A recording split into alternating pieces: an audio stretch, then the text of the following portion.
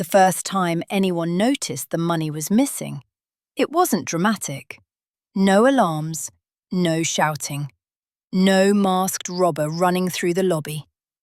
It was a quiet moment at 6:12 a.m. when the hotel's night manager opened the office safe like he'd done 1,000 times before, expecting to see the same neat stacks of sealed envelopes and the black lockbox that belonged to the hotel's most important guest. Instead, the lockbox was gone. For a second, he just stood there staring into the empty space, like his brain refused to accept what his eyes were seeing. The safe was heavy, bolted into the wall, protected by a code that only 3 people knew. And yet the lockbox, the one holding nearly $2 million in private assets, had vanished. He checked again, then again. Nothing. The hotel wasn't a small roadside motel.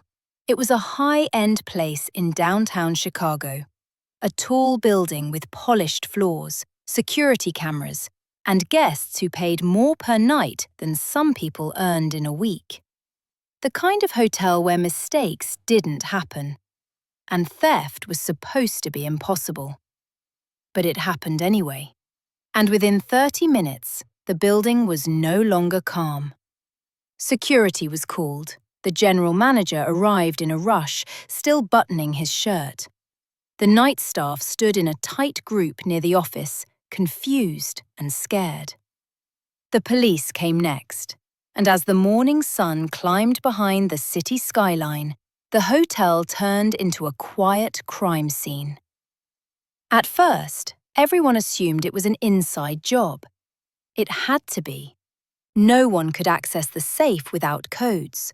No one could walk out with a heavy lockbox without being noticed. The detectives asked questions. The hotel manager answered nervously. The security team pulled footage. The staff was lined up. And then, like a slow-moving spotlight, suspicion landed on the person no one expected to defend. A hotel cleaner named Marisol Vega. She was 29 years old. She'd worked there for 2 years. She was quiet, polite, and always early. Most guests didn't even notice her, but security did. Because on the camera footage, at 3:17 a.m., Marisol was seen walking down the hallway on the 4th floor. Not unusual. Cleaners sometimes had late-night requests. But then came the second clip. At 3:29 a.m., she entered the service elevator. And in her hand, according to the grainy footage, was something dark and rectangular. Something that looked exactly like a lockbox. The footage wasn't clear enough to confirm it, but it was clear enough to create a story. And stories, once they begin, are hard to stop. The detectives brought Marisol into a small office near the lobby. She sat with her hands folded tightly in her lap, her uniform still on, her hair pulled back. She looked tired, confused. They asked her where she was between 3 and 4 a.m. Marisol answered honestly. She said she was cleaning the 4th floor. They asked why she was on that floor at that time. She said she received a late request from room 417. Room 417. That number would become the most important detail in the entire case. But at the time, no one cared. The detectives were already leaning toward their conclusion, because Marisol fit a certain kind of suspect, not because of evidence, because of convenience. She was a cleaner. She made low wages. She lived in a small apartment. She didn't have lawyers. She didn't have influence. And when people want a quick solution, they choose the easiest person to blame. The hotel's general manager was relieved when the detectives focused on her. The security team felt validated. Even the staff, quietly, began to whisper. The cameras showed her near the area. The lockbox was missing. The hotel needed someone to hold responsible. Marisol didn't understand what was happening until the detectives said the number out loud. $2 million, one detective said, watching her face. Do you know what kind of trouble this is? Marisol's eyes widened. She shook her head quickly. No, she whispered. No, I don't know anything. But the detectives didn't hear her fear as innocence. They heard it as panic. They asked about her finances, her family, her bank account, her boyfriend, her past. Marisol's voice trembled as she answered. She had no criminal record, no debt, no secret lifestyle. She lived a simple life. But simple didn't matter, because the case was already being written. Within 12 hours, the hotel had a suspect. A request from room 417. Who made that request? The hotel phone system had logs. Ethan pulled them. The call to housekeeping came from room 417 at 3:10 a.m. But Darren Klein claimed he never called. So who did? Ethan made the lead detective listen. At first, the lead detective resisted, but the evidence was too clean, too consistent. Caleb Stone was called in for questioning. He walked into the station calm, confident, offended. He said he had nothing to hide. He said he accessed room 417 because the guest complained about noise. He said he accessed the safe room because he was checking security. Everything sounded reasonable, until Ethan asked one simple question. Why did you use your master key at 3:24 a.m.? Caleb's face twitched, just slightly. And in that tiny moment, Ethan saw it. Fear. Not anger, not confusion. Fear. Caleb tried to explain. He tried to talk his way out. But the system that had moved so fast against Marisol now moved slowly against him. Because Caleb wasn't a cleaner. Caleb was management. He had status. He had respect. He had protection. The detectives didn't arrest him immediately. They looked into it. They waited. But Ethan didn't wait. He requested a warrant for Caleb's apartment. And when they searched it, they found something hidden inside a storage closet. A black lockbox. Not the same one, but similar. And inside the lockbox, they found a hotel safe code written on a small paper. And beneath it, a bundle of cash. Not 2 million, but enough to prove the direction. The hotel panicked. The general manager suddenly remembered details. Security suddenly found missing footage. And the truth came out.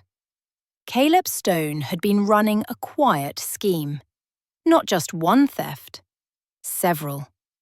He had access to the safe, access to rooms, access to guest property.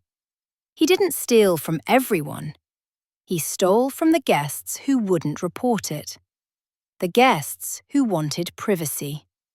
The guests with secrets. And Darren Klein, the executive, was exactly that kind of guest. When Darren arrived with a private lockbox, Caleb saw an opportunity. He didn't need violence. He didn't need a mask. He just needed timing. And he needed a scapegoat. So he staged it. He accessed the safe, took the lockbox, moved it through staff hallways. Then he entered room 417 and used the hotel phone to call housekeeping. He made a late request. He knew the call would be recorded. He knew a cleaner would be sent. And he knew which cleaner would be easiest to blame. Marisol. When she arrived, she did exactly what she always did. She brought towels. She picked up trash. She walked through the hallway on camera. And in her hand, she carried a dark object. Not a lockbox, a trash bag. But in a grainy video, a trash bag can become anything. Caleb knew the cameras would tell the story he wanted. And the police, under pressure, would accept it. They did. Marisol sat in jail for 27 days. 27 days of fear, humiliation, and helplessness. 27 days where the world believed she was a thief. And when the truth finally came out, it didn't explode like a movie. It came out quietly. A new arrest, the new statement, a correction. The news ran a short update. Hotel management employee now under investigation. Marisol was released. No cameras were there. No apology was waiting. She walked out of jail wearing the same clothes she was arrested in, holding a plastic bag with her belongings. Her mother hugged her so tightly she almost couldn't breathe. Marisol cried. Not because she was free, but because she realized how easily she could have disappeared. If Ethan hadn't looked deeper, if the keycard logs hadn't existed, if the footage had been slightly clearer, she might have been convicted, and no one would have cared. Because the world loves a simple story. A cleaner stole the money. Case closed.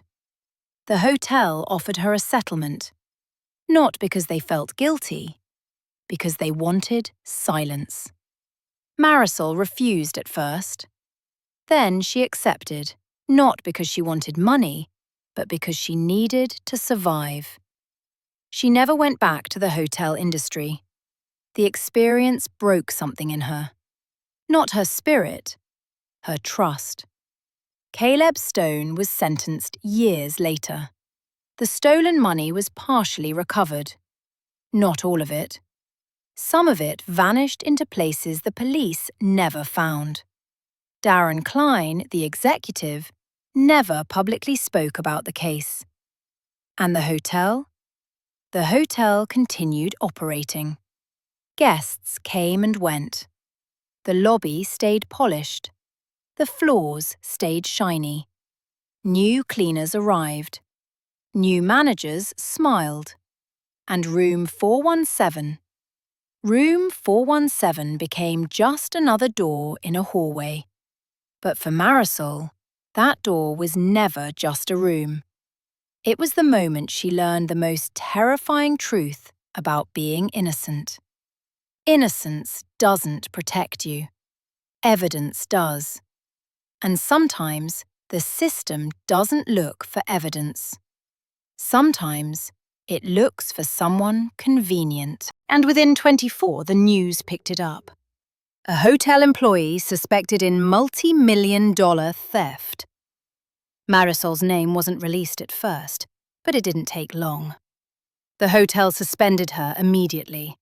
The police questioned her again, and by the second day, she was arrested. When they placed her in handcuffs, the hotel lobby was full of guests checking out, staring, filming on their phones. Marisol's face went pale. She looked around like she expected someone to speak up. Someone to say, "Wait, this isn't right." But no one did. The system had made its choice. In the interrogation room, the detectives showed her the footage again. "Tell us where the lockbox is," one of them said. Marisol stared at the screen. She could see herself, yes. She could see the hallway, yes. But the object in her hand was unclear. It could have been anything.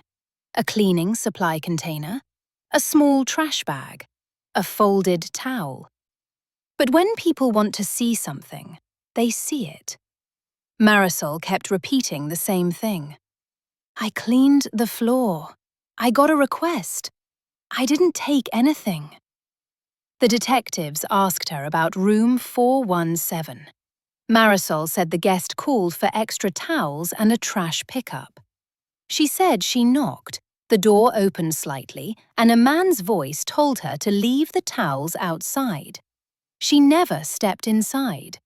She never saw the guest. She didn't even see his face. The detectives exchanged glances. Room 417 belonged to the hotel's most important guest. Not a celebrity, not a politician, someone much quieter. A corporate executive named Darren Klein. He was the man who owned the lockbox, and according to the hotel records, he had been staying there for 4 nights. But what made his stay unusual wasn't his money, it was his privacy. He had requested minimal staff contact, no room service, no housekeeping, no interruptions. He had also paid in advance, and he had asked for a private safe arrangement with the manager, which is why the lockbox ended up in the office safe. A private favor, a private request, a private risk. Now, with the lockbox missing, the hotel faced a disaster. Not just because of money, because of who Darren Klein was connected to. The hotel didn't want a scandal. The police didn't want embarrassment. So the pressure increased, and Marisol became the easiest pressure release. Days turned into weeks. Marisol sat in a small jail cell, waiting for a court hearing. Her family cried. Her mother stopped sleeping. Her younger brother missed school. And the hotel moved on like she never existed. But there was one person who didn't move on. A young detective named Ethan Rowe. He wasn't in charge of the case. He wasn't the loudest voice in the room. But he had a habit the others didn't. He re-watched footage. He noticed patterns. And something about the timeline bothered him. If Marisol stole the lockbox, how did she get it? The lockbox was inside the office safe. Marisol never had access to the office. She didn't have the code. She didn't have keys. And security logs showed she never entered the staff-only office area. So, how did she steal something from a safe she never touched? The lead detective brushed it off. She could have gotten help, he said, or stolen a code. But Ethan wasn't satisfied. Because if she had help, where was the evidence? No extra phone calls, no unusual messages, no money movement. And the footage, while suspicious, wasn't clear. It was a shadow, a guess, not proof. So Ethan started digging into something no one wanted to dig into. Room 417.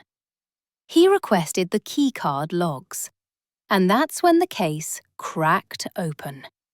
The keycard system showed every time room 417 was accessed. Darren Klein's card opened the door multiple times. But there was something else. At 3:24 a.m., 5 minutes before Marisol entered the elevator, room 417 was opened by a master staff key. Not Darren's. A staff key. And the staff key belonged to someone else. Someone who wasn't a cleaner. Someone who had access. The assistant manager. A man named Caleb Stone. Caleb had worked at the hotel for 8 years. He wore a suit. He smiled at guests. He was trusted. And he was one of the 3 people who knew the safe code. When Ethan brought this up, the lead detective frowned. "That's probably a routine check," he said. But Ethan wasn't convinced, because Caleb Stone's keycard also accessed the office safe room at 2:58 a.m., right before the lockbox vanished. Ethan's heart started beating faster. He pulled more footage. This time, he didn't look at Marisol. He looked at the background. At 3:05 a.m., Caleb was seen entering the staff hallway near the office. At 3:11 a.m., he exited. He carried a small black bag. Then, at 3:24 a.m., he accessed room 417. Then, at 3:29 a.m., Marisol entered the elevator. And suddenly, Marisol's role looked different. Not a thief, a distraction. Ethan returned to the interrogation notes. Marisol said she received